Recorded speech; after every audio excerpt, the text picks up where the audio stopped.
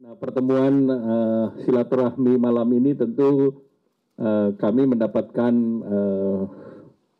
penjelasan dari Ketua Umum P3 terkait dengan hasil Rapimnas dan tentunya kami mengapresiasi mekanisme yang ada di Partai Persatuan Pembangunan dan masing-masing partai walaupun kita ini semua koalisi KIB pada malam hari ini terlihat kita solid, guyup, dan rukun. Dan seperti mekanisme yang dipahami bahwa KIB tidak akan mencampuri urusan internal partai masing-masing. Jadi itu clear. Jadi Rapimnas itu bagian dari mekanisme yang ada di Partai Persatuan Pembangunan. Kalau di Golkar ada musyawarah nasional, demikian pula ada mekanisme di PAN. Dan terkait dengan keputusan, ini KIB nanti tentu akan berkomunikasi dan berunding dengan masing-masing. Tentu KIB menampung seluruh aspirasi yang dibawa oleh partai masing-masing. Kita hormati putusan P3, internal P3, memutuskan mendukung Pak Ganjar dengan segala persyaratannya. Ya tentu nanti pada saatnya juga ada Partai Amanat Nasional juga akan memutuskan sesuatu, ada mekanismenya juga, begitu juga Partai Golkar. Masing-masing partai itu mungkin bisa sama, bisa tidak, baru kita akan berembuk apakah bisa ada kesepakatan ataukah tidak pada akhirnya nanti. Masih panjang perjalanannya. Nah ini KIB. Kemudian kedua, juga kami membahas kelanjutan dari pertemuan di kantor PAN beberapa waktu yang lalu, yang kita sebut dengan komitmen kebangsaan atau koalisi besar itu. Yang akan silaturahim nanti setelah waktu itu sepakat setelah Lebaran, berarti dalam waktu dekat, kita berharap nanti koalisi pemerintah ini ya tentu diundang oleh tuan rumahnya, kita minta Bapak Presiden gitu ya. Untuk ya bicara mengenai bagaimana melanjutkan pembangunan yang sudah bagus, tentu kalau yang belum bagaimana nanti cara memperbaikinya. Saya bukan pakar yang punya ilmunya, tapi tiga-tiganya mukanya tegang semua. Kenapa ya? Tadi kita bahas ya, kok agak dingin ya, agak tegang ya. Apalagi pada saat disampaikan cukup solid gitu. Iya, diskusi kami dengan Mas Burhanuddin Muhtadi, Direktur Eksekutif Indikator Politik ya. Tegang nggak sih Mas? Memang yang kurang sesantai seperti biasanya. Padahal kan presenter ini merepresentasikan KIB nih, warna bajunya. Ya semalam kita memang telah Arfi ini warnanya PAN. Ini PAN ya? Nah, kalau Maria ini gabungan Golkar dan P3. Ya karena agak kuning hijau gitu. Kuning hijau. Tapi di sini Mas Burhanuddin Muhtadi tidak sendirian pemirsa, kita juga akan kenalkan ada Kang Aceh Hasan Sadzili, Ketua DPP Partai Golkar. Selamat pagi, Assalamualaikum. Assalamualaikum, maaf lahir batin. Maaf lahir batin, Kang Aceh. Kang Aceh. Ya, Waalaikumsalam. Maaf lahir batin. Dan juga sudah nampak tuh ada Prof. Karim Suryadi, Guru Besar Komunikasi Politik Universitas Pendidikan Indonesia. Selamat pagi, Assalamualaikum. Pagi, Assalamualaikum Prof. Selamat pagi. Waalaikumsalam. Ya. Anda berdua tidak sebelahan kan Prof ya? Tidak ya? Sama-sama di Bandung. Enggak lah, Kang Aceh di Banten kayaknya. Di Banten, siap. Saya langsung mau ke Kang Aceh dulu lah. Nah kalau lihatnya kayak Kang Aceh gini kan sumringah beda ya, nampak. Iya, seharusnya kan tadi malam ketumnya kayak gini juga. Nah, jadi tadi malam itu ada apa Kang? Betul tidak sih analisis kami walaupun bukan pakar pakar ekspresi ya, pakar gestur ya, tapi nampak agak dingin Kang Aceh. Pertama, pertemuan semalam itu tentu bagian dari silaturahmi pasca Lebaran ya, karena secara formal memang antara ketua umum partai politik yang tergabung dalam koalisi Indonesia Bersatu baru bertemu antara Pak Erlangga Hartarto sebagai ketua umum partai Golkar dengan Pak Zulhas sebagai ketua umum PAN dan Pak PLT P3 yaitu Pak Haji Mardiono. Nah, pertemuan semalam tentu adalah silaturahmi halal bihalal antara ketiga ketua umum partai ya. Yang kedua, tentu karena sebelumnya P3 telah mengambil kebijakan politik untuk mencapreskan Pak Ganjar Pranowo, Pak Mardiono juga menyampaikan di dalam pertemuan tersebut bahwa keputusan tentang pencapresan Pak Ganjar merupakan mekanisme internal di dalam organisasi Partai Persatuan Pembangunan yang telah disepakati oleh seluruh komponen yang ada di P3. Tentu apa yang disampaikan oleh Pak Mardiono ini harus kita hormati karena memang dari sejak awal kesepakatan di dalam Koalisi Indonesia Bersatu kita menghormati mekanisme internal dari masing-masing partai politik di dalam menentukan kebijakan strategisnya, dan itu nanti akan dikomunikasikan di dalam forum yang semalam disampaikan oleh Pak PLT Ketua Umum Pak Haji Mardiono. Nah itu juga kan sama sesungguhnya sesuai dengan mekanisme internal di internal Partai Golkar, bahwa Partai Golkar juga mengusung Bapak Erlangga Hartarto sebagai calon presiden. Nanti pada saatnya juga Partai Amanat Nasional akan menyampaikan mekanisme internal mereka, dan itu nanti akan dibahas secara bersama-sama gitu. Tentu upaya untuk mengkomunikasikan dan menegosiasikan dari masing-masing partai politik, 3 partai politik ini masih sangat terbuka. Senyampang dengan itu,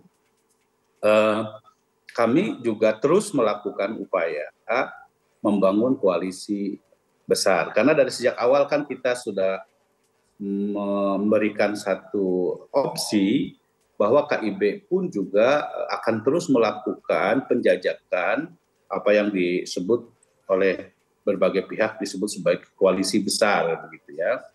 Jadi beberapa upaya yang telah dilakukan oleh para ketua umum KIB ini, misalnya pada bulan Ramadan yang lalu kami bersama dengan Partai Amanat Nasional di dalam acara silaturahmi Ramadan kan dihadiri oleh Bapak Presiden waktu itu, bahwa kami mewacanakan untuk membangun koalisi besar. Nah, jadi pembicaraan dalam koalisi Indonesia Bersatu ini tentu pertama yang harus kami tegaskan adalah bahwa kami menghormati mekanisme internal di masing-masing partai politik, ya. Nah, ini kan baru disampaikan, Golkar punya pandangannya sendiri, P3 punya kebijakan sendiri, kemudian PAN juga mungkin pada satu saat akan menyampaikan mekanisme internal mereka sendiri dalam mengambil sebuah kebijakan terkait dengan kepemimpinan nasional. Namun tentu ini semua nanti pada saatnya akan dibahas ya bersama-sama antara 3 ketua umum ini. Mudah-mudahan ada titik temu. Ya, mudah-mudahan ada titik temu. Dan upaya untuk membangun titik temu itu tentu sangat mungkin bisa dilakukan. Kenapa? Karena itu juga kan tergantung dari seberapa besar dinamika eksternal di luar KIB, gitu ya. Dinamika eksternal di luar KIB itu misalnya ya bahwa ada kekuatan poros yang sudah ditentukan oleh PDI Perjuangan dan beberapa partai, kemudian KIB sendiri gitu ya, yang sudah melakukan komunikasi politik dengan Gerindra dan PKB, dan juga ada di sisi lain ada kekuatan poros Nasdem, Demokrat dan PKS. Ini kan semua selagi sampai bulan September masih sangat menurut kami masih sangat dinamis.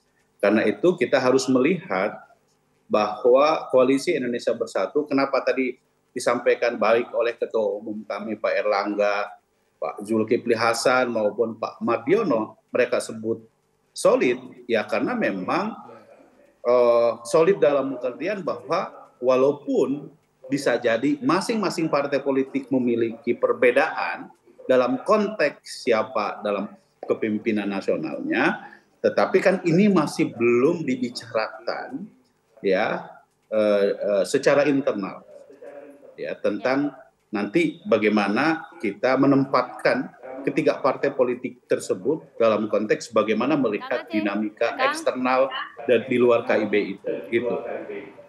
Ya, Kang Aceh, oke, kita nanti akan lihat bagaimanakah soliditas dari KIB ini sendiri di tengah ada manuver internal dari P3. Akankah kemudian KIB bersama dengan PKB dan Gerindra dengan koalisi besarnya include P3 atau tidak? Kita akan bahas usai jeda saat lagi. Oke, kembali lagi, apa kabar Indonesia? Saya ingin ke Mas Burhanuddin Muhtadi. Mas Burhanuddin Muhtadi melihat pertemuan tadi malam, tentunya juga ada lah ya mungkin info-info yang di untold stories kan, gitu ya, kan. Saya sih membayangkan begini, di media online pun juga sudah berkembang. PAN juga segera akan mendeklarasikan konon ya kabarnya ya. Internal mereka Ke Ganjar Pranowo. Karena kan konsisten pada saat mereka rakornas begitu, ada Ganjar, lalu juga ada Thohir kan begitu. Anda melihat ini KIB ini bubar nih sebentar lagi atau benar tetap solid, tapi tetap solid untuk apa? Kan pertanyaannya begitu. Ya. Jadi gini Arfi ya, kalau kita baca keputusan pertemuan 3 ketua umum tadi malam yang mengatakan KIB secara formal tetap berdiri, tetap solid, meskipun ada keputusan dari P3 mendukung Ganjar, sepertinya KIB ini masih membuka opsi untuk mendukung Ganjar sebagai capres, ya. Dan KIB bergabung dengan PD Perjuangan. Sepertinya. Ada dua opsi. Keputusan itu membuka semacam interpretasi bahwa KIB masih menunggu potensi untuk bergabung juga dengan PD Perjuangan mengusung Ganjar. Tapi saat yang sama, keputusan itu juga bisa ditafsirkan KIB bisa juga bergabung dengan Koalisi Kebangkitan Raya antara Gerindra dan PKB yang potensial mengusung Pak Prabowo sebagai capres. Jadi KIB ini bisa ke kanan, bisa ke kiri, tergantung dua saya kira. Pertama adalah tergantung apakah ada insentif koalisi yaitu cawapres dari 3 ketua umum atau tokoh yang diusung oleh baik Golkar, PAN maupun P3 untuk dipinang baik oleh Prabowo maupun oleh Ganjar. Kalau misalnya ada insentif, misalnya kepada Golkar ditawari sebagai cawapresnya Pak Prabowo, maka Golkar kemungkinan ya bergabung dengan Koalisi Kebangkitan Raya. Koalisi besar. Tapi kalau misalnya ada insentif lain, misalnya Sandi diusung sebagai cawapresnya Ganjar, makin memperkuat ya keputusan P3 untuk mendukung Ganjar. Atau misalnya Erick Thohir. Karena Erick Thohir ini sering kita dengar sebagai calon yang dinominasikan oleh PAN. Meskipun Erick bukan kader PAN, tapi sudah melanglang buana dengan begitupun juga kan Sandiaga Uno bukan sekadar P3 juga. Pertanyaannya apa selain insentif koalisi bernama cawapres tadi yang membuat KIB bisa ke kanan bisa ke kiri. Yang kedua ya saya kira menunggu arahan Presiden Jokowi. Karena bagaimanapun KIB ini kan awalnya dianggap sebagai bagian dari rencana cadangan untuk menyediakan jalan buat Presiden Jokowi mengusung capres yang beliau pilih gitu ya. Nah, jadi Pak Jokowi di sini fungsinya sebagai penghulu politik, sebagai naib ya, yang menjodohkan siapa capres cawapres. Cuma masalahnya awalnya kan Presiden Jokowi dianggap punya preferensi kepada satu calon. Belakangan ada 2 calon gitu kan.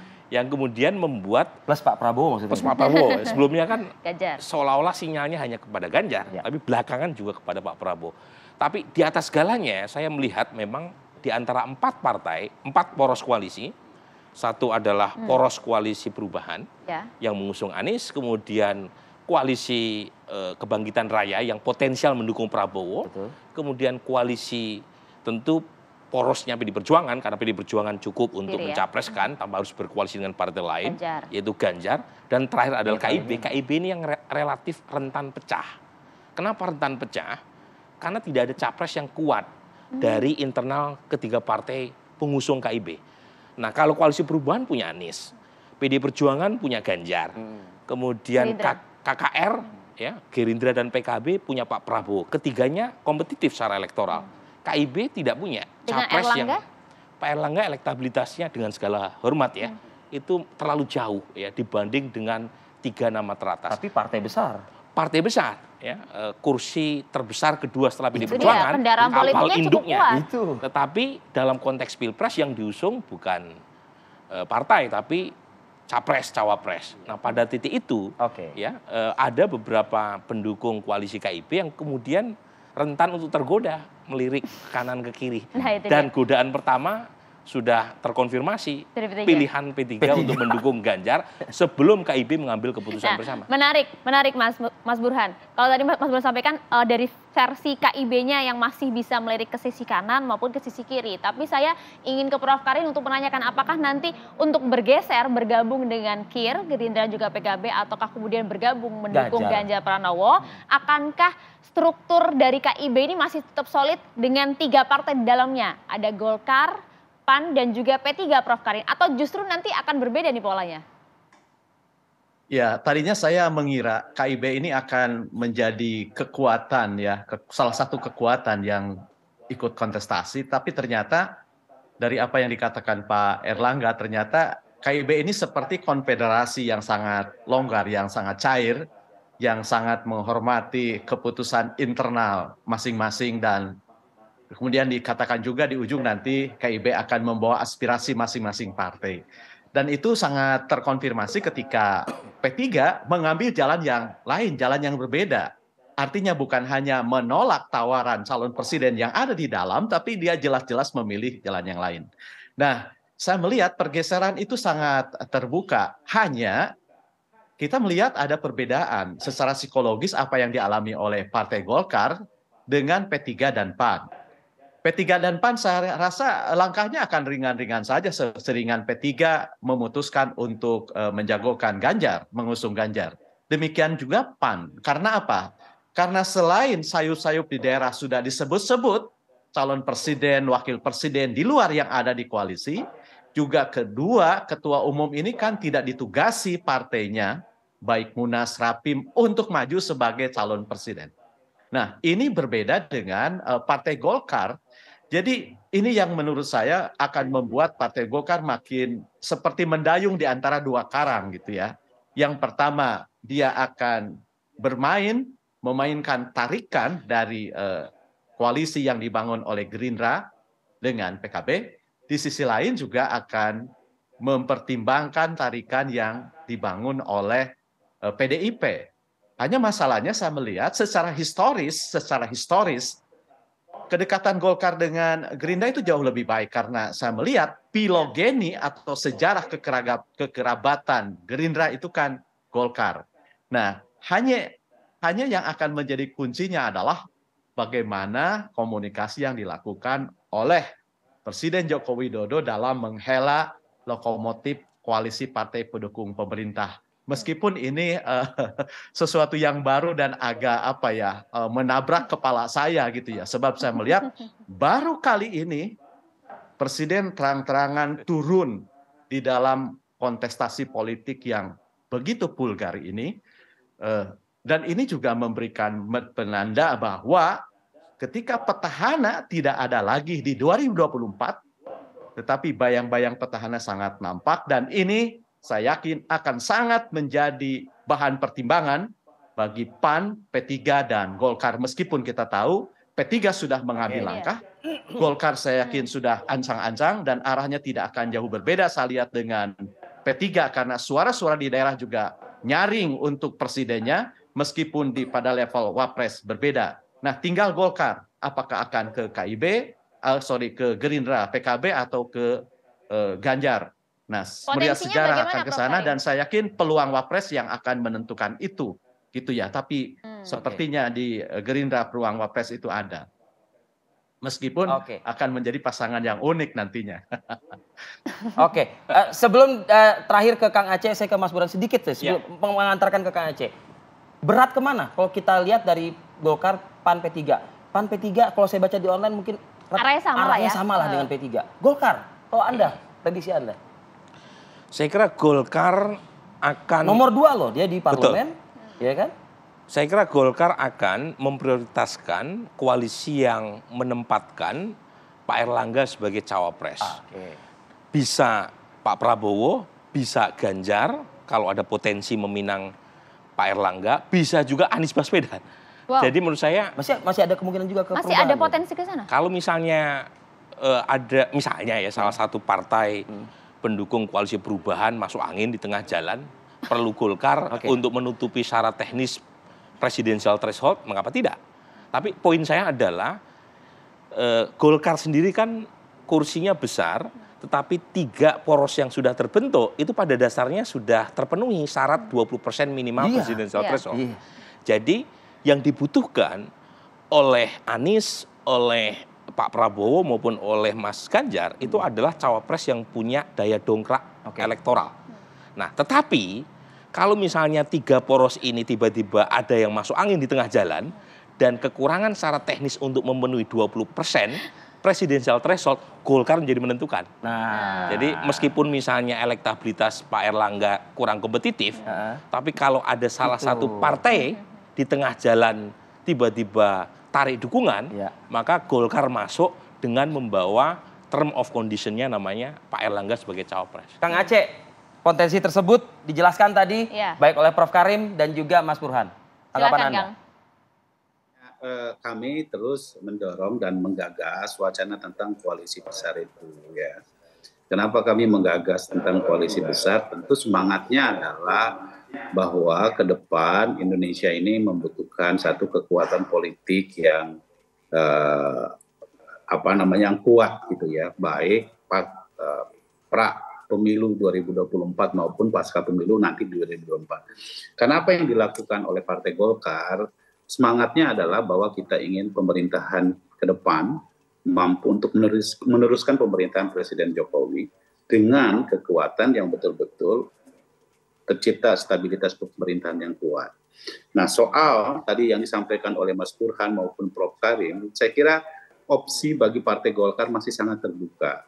Ya, kita melakukan komunikasi yang intensif dengan Pak Prabowo sebagai Ketua Umum Gerindra yang tadi disebut-sebut sebagai calon presiden. Kita pun juga melakukan komunikasi dengan Caimin dari PKB dan bahkan sebelumnya kita melakukan komunikasi dengan Pak Surya Paloh, ya, dengan partai-partai yang lain gitu, yang memang saya kira punya kesamaan pandangan terkait dengan bagaimana kita melangkah ke depan terkait dengan pembangunan yang akan kita lakukan. Gitu. Karena bagaimanapun bagi Partai Golkar, ya, kenapa kita tetap ingin Pak Erlangga menjadi calon presiden? Karena ini bagian yang harus ditempuh. Mekanisme internal kita memang mengharuskan demikian. Nah, artinya belum ada titik temu hingga saat ini ya Kang Aceh ya? Kalau komunikasi kan sangat terbuka dengan siapapun.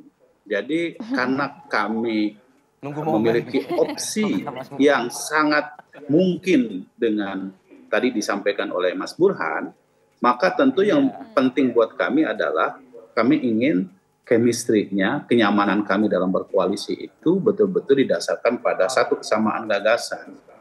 Nah, kalau misalnya belum apa-apa kita sudah menentukan pilihan untuk berkoalisi tanpa memiliki kenyamanan, kesamaan pemikiran, kesamaan gagasan, maka ya kita khawatir nanti kita mudah sekali untuk mengalami perbedaan-perbedaan yang sangat tajam dalam konteks bagaimana. Tunggu nanti momennya seperti apa ya Kang ya?